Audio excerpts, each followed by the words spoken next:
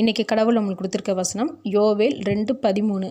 நீங்கள் உங்கள் வஸ்திரங்களை அல்ல உங்கள் இருதயங்களை கிழித்து உங்கள் தேவனாகிய கர்த்தரிடத்தில் திரும்புங்கள். அவர் இரக்கமும் மன உருக்கமும் நீடிய சாந்தமும் மிகுந்த கிருபையும் உள்ளவர். அவர் தீங்குக்கு மனஸ்தாபப்படுகிறவருமாய் இருக்கிறார். இந்த வசனத்தை கொண்டு கடவுள் நம்மகிட்ட என்ன சொல்கிறது பார்ப்போம்.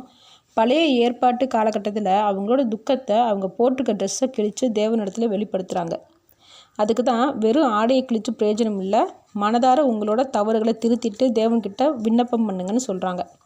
இந்த காலத்தில் ட்ரெஸ்ஸை யாரும் கிழிக்கிறது இல்லை, ஆனால் சில பேர் முழுமையாக மனம் திரும்ப மாட்டேங்கிறாங்க. கடவுள்கிட்ட வந்து ஆண்டவரே இனிமேல் நான் குடிக்கக்கூடாது, போதை பழக்கத்துக்கு அடிமையாக இருக்கக்கூடாதுன்னு வேண்டுறாங்க.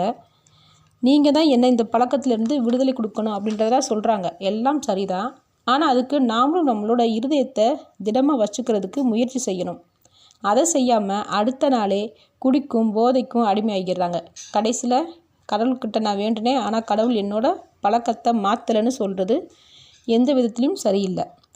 குடி போதை மட்டும் இல்லை, இன்னும் நிறைய தீமைகளான காரியத்தில் எத்தனையோ பேர் வெளியே வர முடியாமல் மாட்டிகிட்டு இருப்பாங்க. தேவன் மீது நம்பிக்கை இருந்துச்சுன்னா கண்டிப்பாக தீமையான காரியங்களிலிருந்து வெளிவரதுக்கு நம்ம முயற்சி செய்வாங்க.